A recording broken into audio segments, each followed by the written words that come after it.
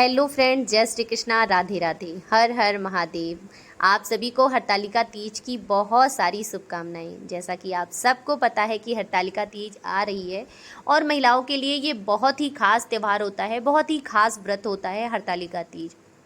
इसे दोनों प्रकार की महिलाएं रह सकती हैं, अर्थात कहने का तात्पर्य है कि इसे सुहागन स्त्रियां भी रहती हैं और कुंवारी स्त्रियां भी रहती हैं। सुहागन स्त्रियां अपने सौभाग्य को अखंड रखने के लिए, अर्थात अपने पति की लंबी आयु और अपने परिवार की सुख समृद्धि के लिए रहती हैं, और कुंवारी स्त्रियां अपने मन चाहे पति, अर्थात अपने सुयोग्य वर पाने के लिए इस व्रत को रखती हैं। बहुत ही खास व्रत होता है महिलाओं के लिए और बहुत ही तपस्या वाला, बहुत ही कठिन व्रत है। तो ऐसे साधारण लोग तो इसे कर भी नहीं पाते हैं। 24 घंटे, पूरे 24 घंटे निराजल व्रत रहा जाता है इस व्रत में, और बहुत ही कठिन तपस्या से इस व्रत को पूरा किया जाता है।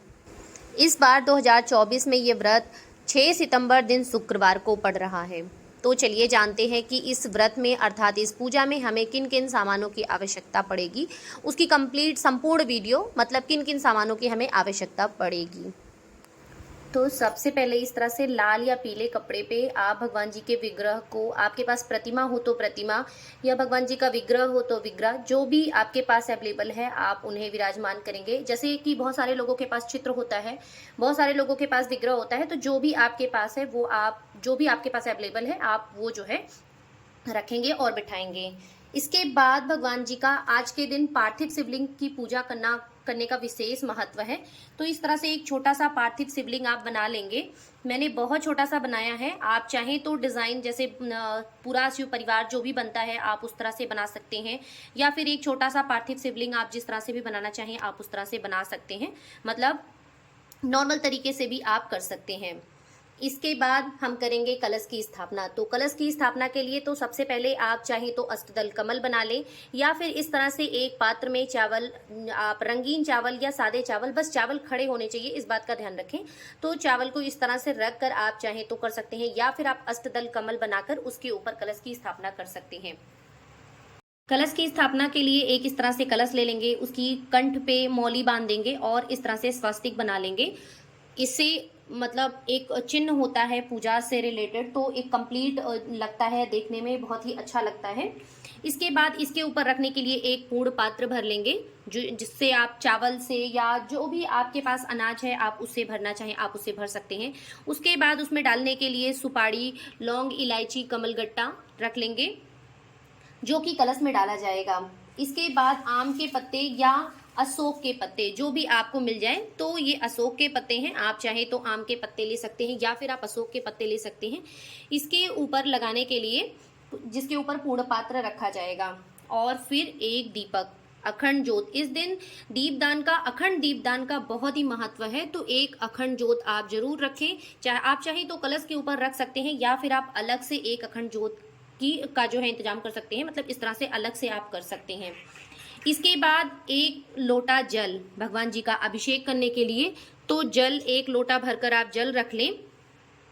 और भगवान जी के अभिषेक के लिए पंचामृत, आप चाहें तो अलग अलग करके कर सकते हैं, या फिर इस तरह से एक में मिक्स करके आप पंचामृत का अभिषेक मतलब इस तरह से कर सकते हैं, या फिर आप सिर्फ और सिर्फ दूध से या दही से, जिस भी प्रकार से आप करना चाहें उस प्रकार से आप कर सकते हैं।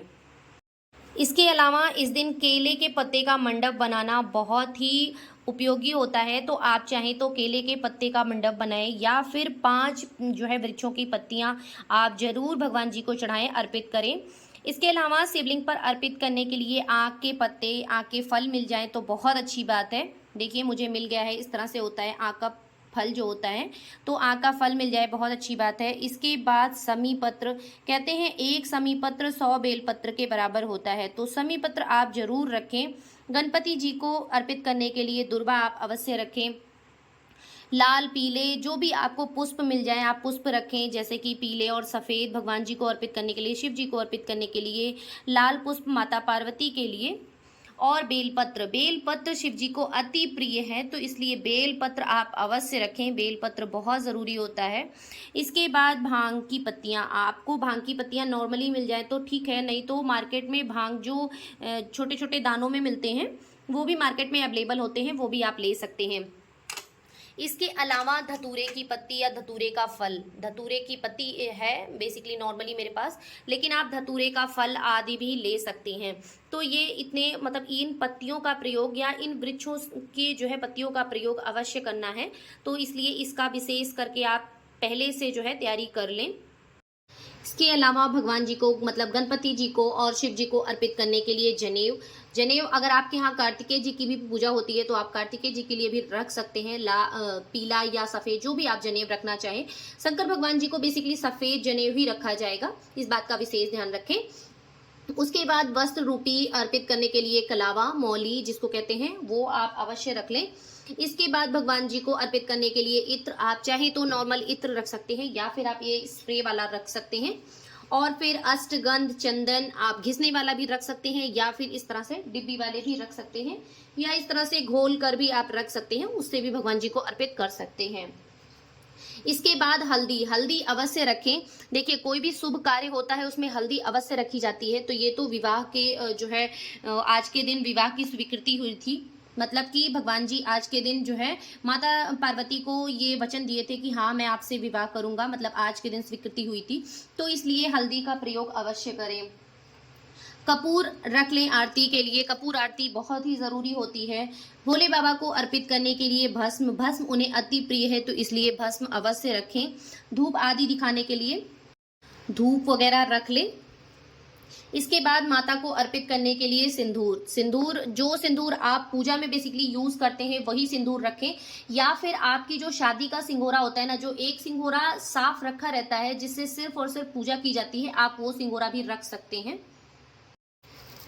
जैसे कि ये आप जो शादी का सिंगोरा जो साफ सुथरा होता है ना, वही मतलब साफ होना चाहिए, क्लीन होना चाहिए। आज की पूजा में क्लीन सिंदूरा यूज करना है।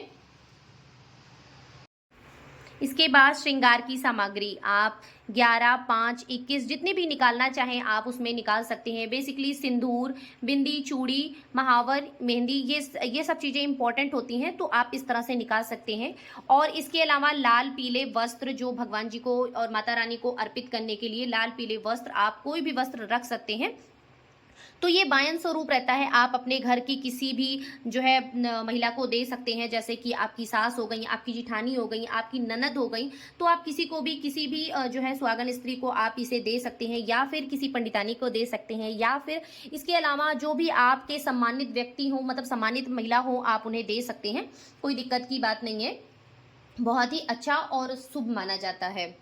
इसके बाद माता को अर्पित करने के लिए थोड़ी सी श्रृंगार की सामग्री आप अलग से रख लें, जैसे कि माता को वस्त्र उड़ाने के लिए, उन्हें मेहंदी लगाने के लिए थोड़ी सी चूड़ियां आप थोड़ी सी अलग रख लें, सिंदूर अलग रख लें, मतलब बिंदी रख लें। जो माता को अर्पित की जाएगी, जैसे वो तो बायन हो गया, वो तो आप दान स्वरूप निकाल कर देंगे, और यहाँ पर आपके जहाँ पर आप पूजा करेंगे उस जगह पर आप माता को अर्पित करने के लिए थोड़ी सी श्रृंगार मतलब सामग्री आप ऐसे अलग से निकाल कर रख लें।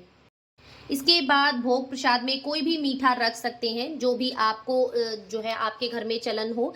आपके घर में यदि किसी भी प्रकार का पकवान बनता है तो आप पकवान रख सकते हैं, खीर रख सकते हैं, या फिर आप व्यंजन जो भी व्यंजन आप बनाना चाहें आप बनाकर रख सकते हैं। बहुत ही कठिन और बहुत ही जो है कष्टकारी व्रत होता है, तो इस व्रत को ऐसे साधारण तरीके से नहीं कर पाता कोई, तो इसलिए विशेष ध्यान रखें कि इस दिन बहुत ज़्यादा जो है परिश्रम और बहुत ज़्यादा सतर्कता बरतनी रहती है। इसके बाद कुछ फल आदि हम रख लेंगे भगवान जी को अर्पित करने के लिए, जिसमें नारियल विशेष होता है। इसके अलावा खीरा भी विशेष होता है, मैं इसमें नहीं रखी हूँ लेकिन मैं आपको बता दे रही हूँ कि खीरा भी विशेष होता है। खीरा अवश्य रखें, कोशिश करें कि खीरा अवश्य रखें। इसके अलावा नारियल, नारियल तो मस्ट होता ही है। आप कोई भी 5 प्रकार के 7 प्रकार के फल ले सकते हैं, जो भी आपके इर्द गिर्द अवेलेबल हो। इसके पश्चात आप अपनी शादी की चुन्नी उसे आप अवश्य रखें, जैसे इसे ओढ़कर ही पूजा की जाती है, तो इस बात का विशेष ध्यान रखें कि शादी की चुन्नी आप अवश्य रखें, इसे ओढ़कर ही पूजा अर्चना की जाती है। इसके अलावा आप अपने हाथों में मेहंदी लगा सकती हैं, महावर लगा सकती हैं पैरों में, मतलब कि 16 श्रृंगार कंप्लीट 16 श्रृंगार कर कर फिर उसके बाद पूजा की जाती है। तो इस बात का विशेष ध्यान रखें कि अच्छे से सज सवर के खूब अच्छे से तैयार होके पूरा अच्छे से श्रृंगार करके फिर आप ये पूजा करें। इसके बाद इस तरह से आप एक पुस्तक ले सकती हैं, जिसमें हरतालिका तीज व्रत की पूरी कथा लिखी हुई है। आप इस तरह से इस कथा को पढ़ सकते हैं, हाथ में फूल और अक्षत लेकर। उसके बाद इस कथा को आप अवश्य सुने। यदि आप नहीं पढ़ सकते तो आप यूट्यूब से या किसी भी जो है जगह से आप इसे सुन सकते हैं। सुनने का भी विशेष जो है फल मिलता है। यदि आप पढ़ नहीं सकते तो सुन तो सकते ही हैं, तो सुनने का भी वही जो है फल प्राप्त होता है जो कि पढ़ने का होता है। सो फ्रेंड्स, ये सारी जानकारी आपको कैसी लगी कमेंट में ज़रूर बताइएगा। वीडियो अच्छा लगा हो तो लाइक कमेंट शेयर करना बिल्कुल ना भूलें। और यदि आपने हमारे चैनल को अभी तक सब्सक्राइब नहीं किया है तो चैनल को भी सब्सक्राइब कर लें, बेल आइकन भी दबा दें ताकि वीडियोस की नोटिफिकेशन आप सभी को मिलती रहे। आप सबको हरतालिका तीज की बहुत सारी शुभकामनाएं। जय श्री कृष्णा, राधे राधे।